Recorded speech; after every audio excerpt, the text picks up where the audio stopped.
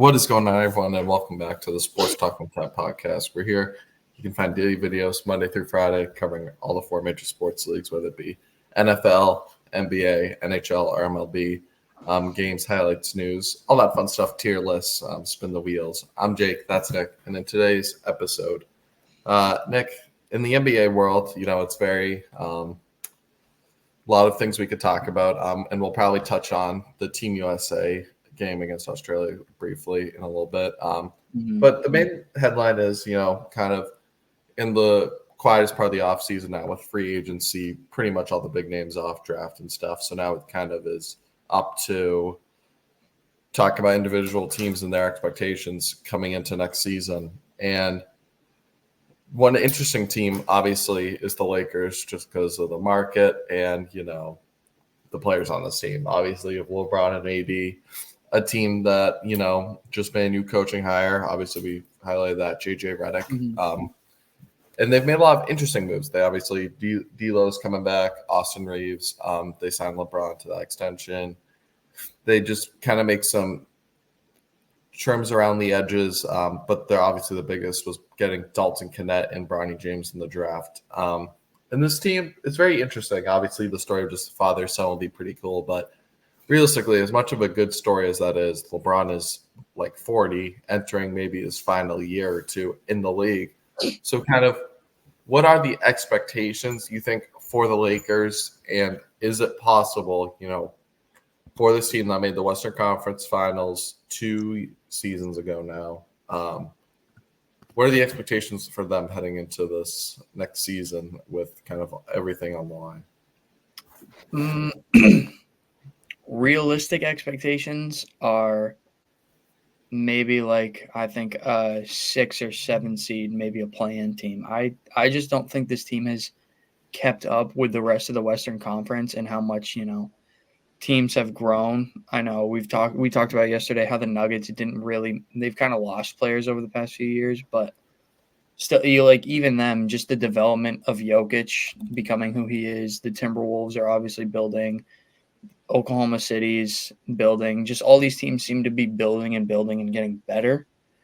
And the Lakers, in my eyes, really haven't done that. And I just can't see. I think their peak was 2 years ago, making the Western Conference Finals, just losing to that, disgusting Nuggets team where Jokic was going off.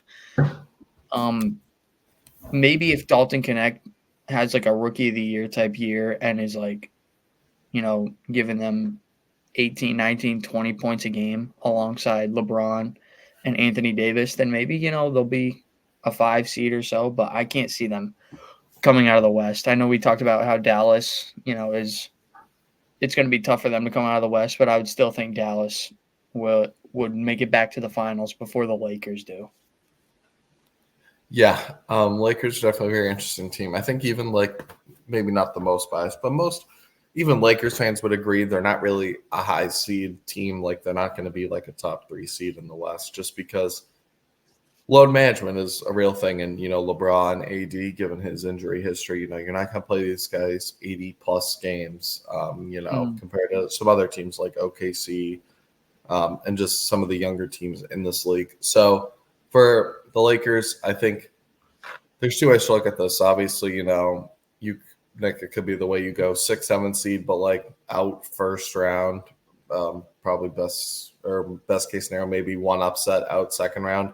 Yeah. But maybe some Lakers fans would really just tell you if they could avoid the Nuggets and say a team like the Timberwolves knock off the Nuggets earlier and the Lakers don't have to play them, then maybe the Lakers match up really well against other teams because the Lakers, for the most part in that Denver series, led for 80% of the minutes, but they lost in 5 games just because Denver was one of the best teams at closing out close games.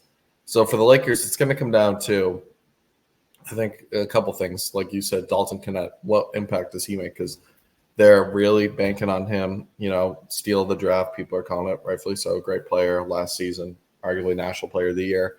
They're going to need a lot of production from him.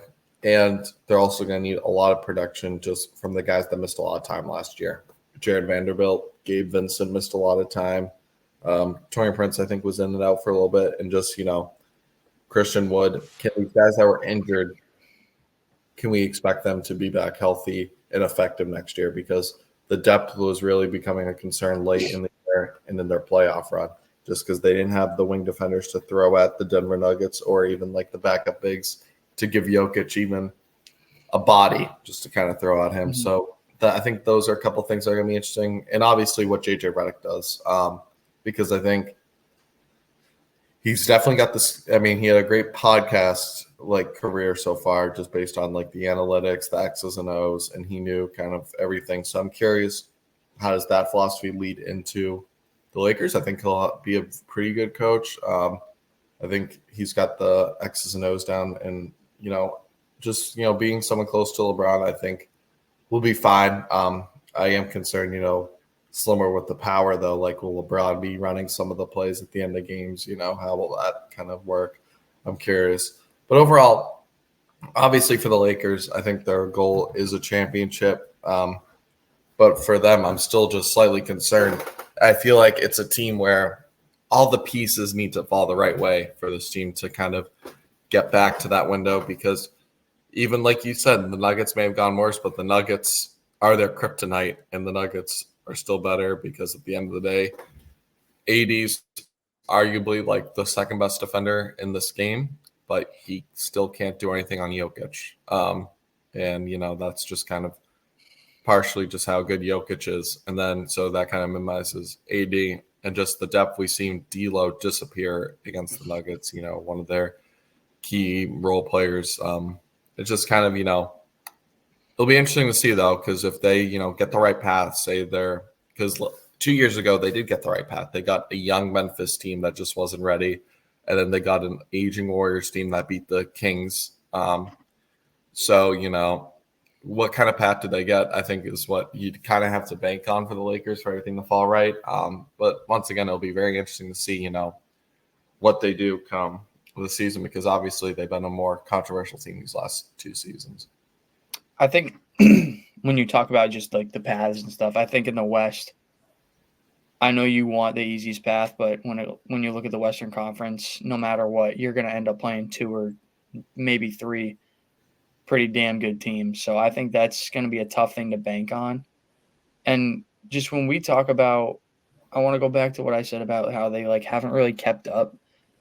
And a huge part of that hasn't just been, their, I want to say, inability to draft. I feel like they haven't really hit in the draft, but also just like their free agent signings always seem to be like these, 30-plus-year-old, like 32, 33-year-old bench players. Like when they're bringing in guys like Carmelo, Russell Westbrook, who I know Russell, like he was still playing good when they signed him. I'm pretty sure it was.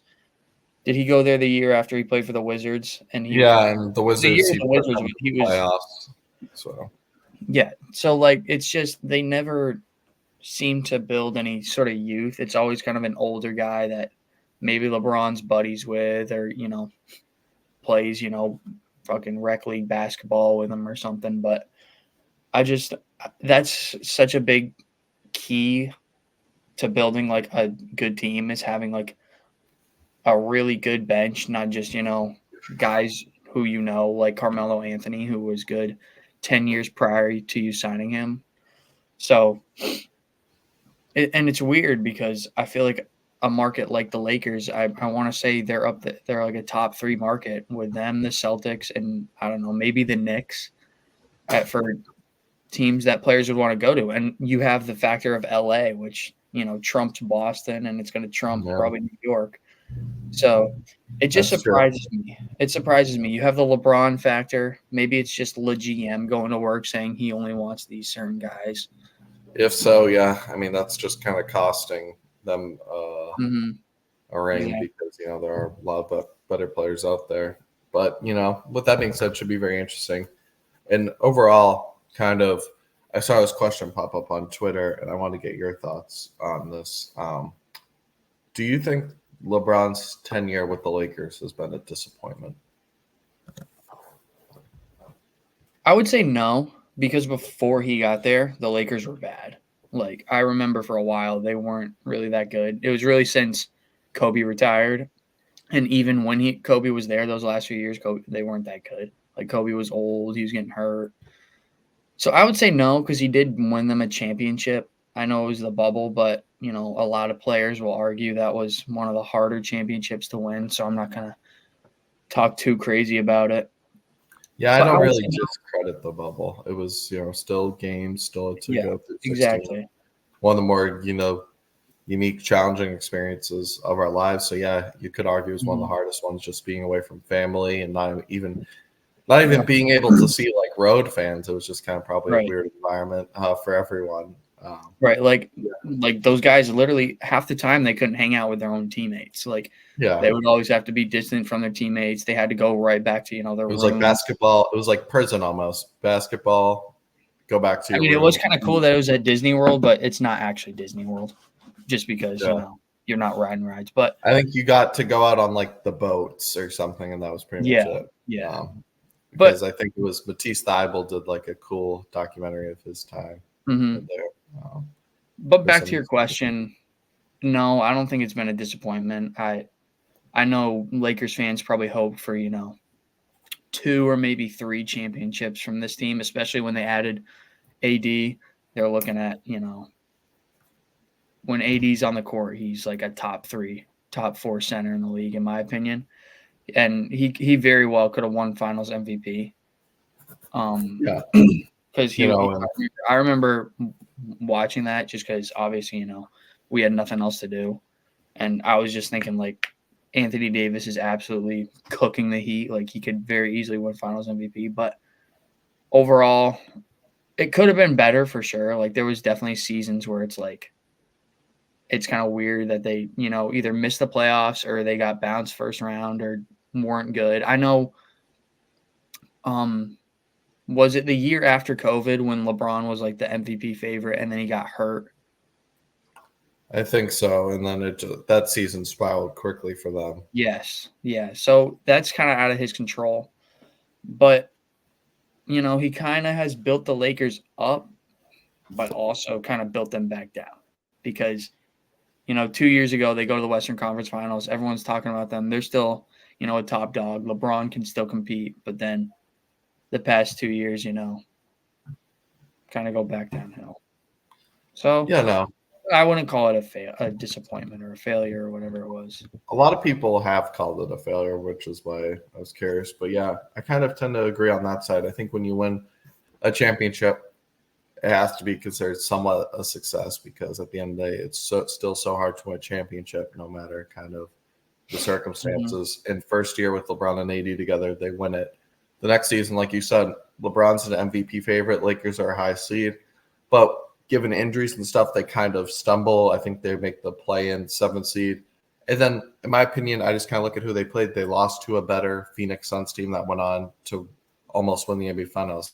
I think they were 2 games away against the Milwaukee Bucks and was just kind of injured. It was a tough 6-game series, though, so it's kind of like, how much can you really blame them for that? And the next year, maybe that's the year I look at the missed opportunity. The first year with Westbrook and LeBron and AD, they missed the playoffs entirely. I'd say you could call that fairly a disappointment. But then the next season, they bounced back, top 7 seed, Western Conference Finals run. Even though you got swept, you lost to the champs, Denver Nuggets, who were just kind of a man on a mission. All those games were really close too. It's just late game execution. The Nuggets just know how to execute more than the Lakers, and that's been the story of the last 2 seasons. But it should be an interesting, year heading into kind of this new window with Kenneth and just Bronny. So that'll be interesting. But speaking of Mm-hmm. Bronny has shown some flashes in summer league on the defensive side, but is struggling on the offensive side. So it'll be interesting to see really if that jump shot can work out because it does not seem to be doing him any good now. But still way too early. He's shown a lot of defensive upside, but I'm curious to see how his game will translate if he does ever get like NBA minutes. I still think that the Lakers are going to bring him onto the roster to start the year simply because of the whole like publicity factor. Maybe he'll play because you're right. He has shown, defensive flashes. It's just not there on offense. But I think, if there's any sort of blowout game, they're going to want to put him in with LeBron just for the whole father-son duo factor. So Yeah. that's my prediction. I could just be talking out of my ass, and he, is just going down to the G League. But that's what I think. No, that'd be interesting. And, since we're on the Lakers, I want to give Anthony Davis a shout out. 17 points yesterday in Team USA's win, and just his defensive impact has been felt. And I really think he should be the starter going forward. Has arguably been the best player on Team USA throughout the first 2 games. So just want to show them some love because, boy, they were in a dogfight with Australia yesterday. So I know a lot of people are still, saying basically their first real game, a lot of communication. And I mainly tuned in for the second half, and it was really just a turnover feast. Curry, LeBron, you name it, anyone was turning that ball over for Team USA. So I'm curious to see kind of how they look going forward after, getting close up against Australia. But to be fair, I think Australia is probably one of the better teams in the Olympics just because they do have some NBA players in it. But, just thought that was a little bit interesting how close it was. They were up by like 20, but then it got cut down all the way to like 4 or something. So it was a very close game for the United States, but overall, still no Kevin Durant yet. So we'll see how he factors in. But it should be interesting going forward to see what kind of, they do to get going. Yep. I know. I think I saw they had like a 24-point lead going into the 4th, and then Australia got it all the way down to 8. We almost lost to Josh Giddey. So if we lost to Josh Giddey, I know you would have came on here flaming the entire whole team. Ban the whole team from the Olympics besides Anthony Davis and Ant-Man. I'm not banning Ant-Man from anything. He was cooking early first quarter. Overall, though, very, still going to take a lot of time for this team to, get used to, and you could see that in this game. But overall, at the end of the day, that famous saying, a win's a win. So the United States, start off strong with a dub.